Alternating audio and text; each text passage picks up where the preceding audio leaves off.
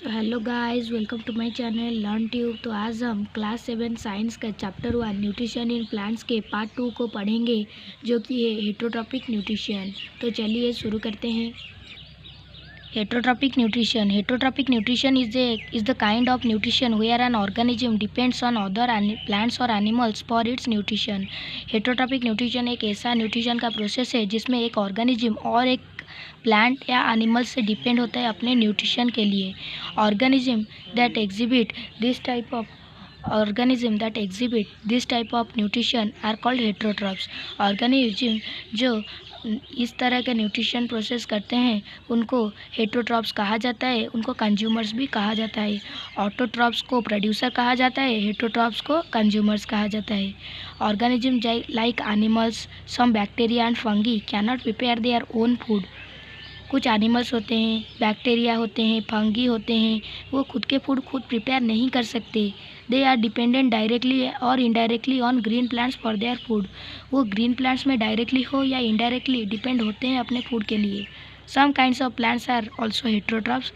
कुछ प्लांट्स भी हेटरोट्रॉप्स होते हैं। Let us now learn about this plants and how they get their nutrients. चलिए उन प्लांट्स के बारे में पढ़ते हैं और वो अपने कैसे न्यूट्रिशन लेते हैं उनके बारे में भी पढ़ते हैं। हमारा जो हेटरोट्रॉपिक न्यूट्रिशन है वो 4 टाइप का है। एक है पैरासिटिक, एक है इंसेक्टिवरस, दूसरा है हमारा सैप्रोफाइटिक और सिम्बायोटिक। तो चलिए पहले पैरासिटिक प्लांट्स के बारे में पढ़ते हैं। Parasitic plants. Some plants use modified roots that help them to get nutrients from another plant. These plants are called parasites. कुछ plants के रूट ऐसे मॉडिफाइड होते हैं जो कि अनदर प्लांट से अपना न्यूट्रिशन ले सके। These plants are called parasites. उनको parasites कहा जाता है। A parasite is an organism that get its nutrients from another living organism। एक parasite एक ऐसा organism होता है जो कि अपना न्यूट्रिशन एक अदर लिविंग ऑर्गेनिज्म से दूसरे लिविंग ऑर्गेनिज्म से लेता है। The living organism from which the parasite derive its nutrients is known as the host. जो लिविंग ऑर्गेनिज्म जिससे पैरासाइट अपना न्यूट्रिएंट्स लेता है उसको होस्ट कहा जाता है। This type of nutrition is called parasitic nutrition. इस तरह के न्यूट्रिशन को पैरासिटिक न्यूट्रिशन कहा जाता है। The dodder and mistletoe are examples of parasitic plants. Dodder और मिस्टेलॉय पैरासिटिक प्लांट्स के एग्जाम्पल्स हैं। जैसे here dodder and mistletoe. The dodder has almost no chlorophyll and can not photosynthesize. Dodder के chlorophyll नहीं होते, वो फोटोसिंथेसाइज नहीं कर सकते, क्योंकि हम तो जानते ही हैं कि फोटोसिंथेसाइज करने के लिए क्लोरोफिल चाहिए। It sends root-like structure into the stem or the roots of the host to absorb water, minerals and nutrients। वो एक रूट-like structure अपने होस्ट के स्टेम में छोड़ देता है जिससे कि वो वाटर मिनरल्स और न्यूट्रिएंट्स अपने होस्ट से ले सके। A parasite such as dodder that is totally dependent on the host for its nutrition is called a total parasite। एक ऐसा पैरासाइट जो अपने होस्ट पे टोटली डिपेंडेंट है अपने न्यूट्रिशन के लिए, उसको टोटल पैरासाइट कहा जाता है।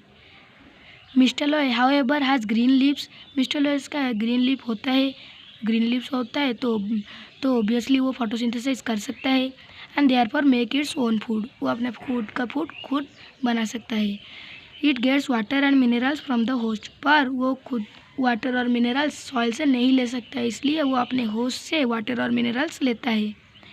A parasite such as Misteloi that is partially dependent on the host for its nutrition is called a partial parasite।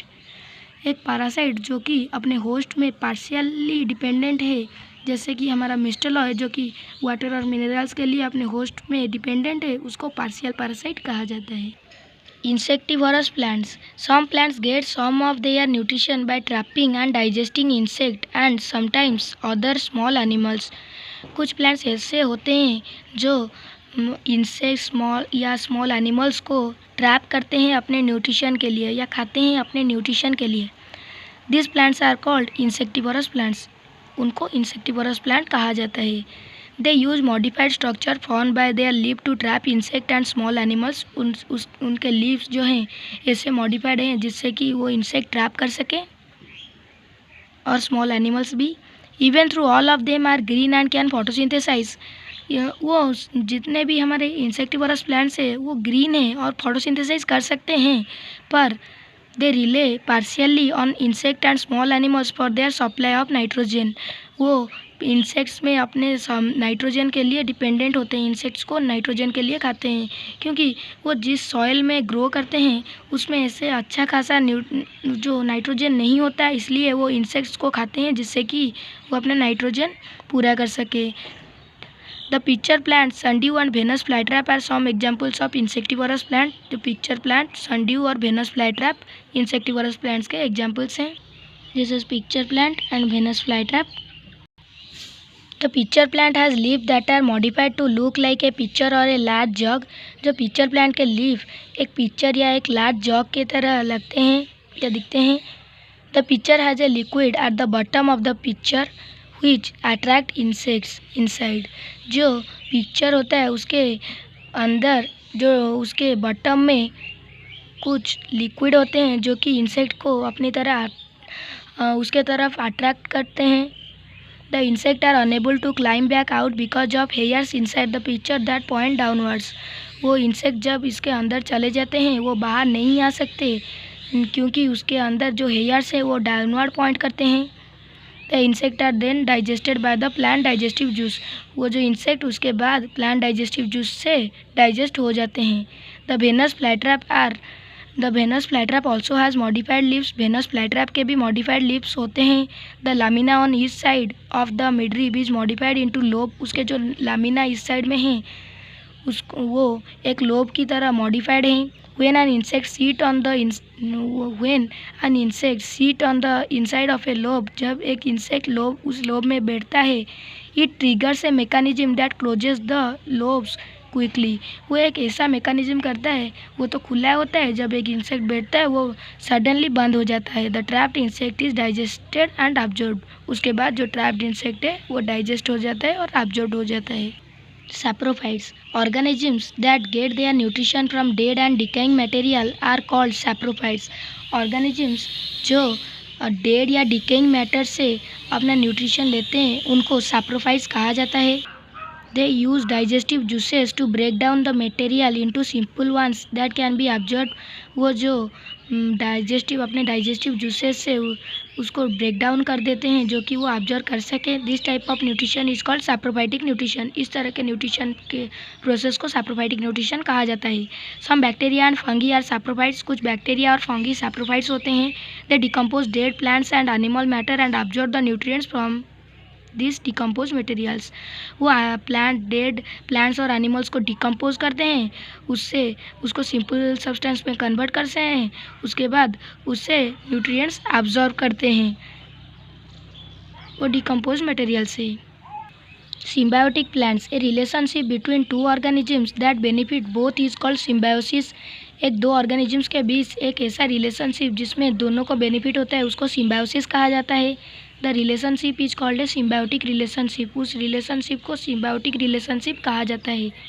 And an organism that is involved in a symbiotic relationship is called a symbiont. जो organism इस symbiotic relationship में involve होता है उसको सिम्बायोंट कहा जाता है। Lichens are examples of such an association between two organisms. Lichen दो ऑर्गेनिज्म के बीच में एक ऐसा एसोसिएशन है। ये lichen is made of an alga and autotroph. Autotroph अपने फूड खुद प्रिपेयर कर सकते हैं। एंड ए फंगस है सैप्रोफाइट। सैप्रोफाइट अपने फूड खुद प्रिपेयर नहीं कर सकते। That live together. वो जो अलगा और फंगस वो दोनों टुगेदर में एक साथ रहते हैं। द अलगा makes the food while the fungus absorbs water and mineral. अलगा तो वैसे ही फूड प्रिपेयर नहीं करेगा, उसके लिए वाटर और मिनरल्स चाहिए जो कि उसको फंगस देता है। उसके बाद जो फूड प्रिपेयर होता है उससे न्यूट्रिशन वो दोनों लेते हैं।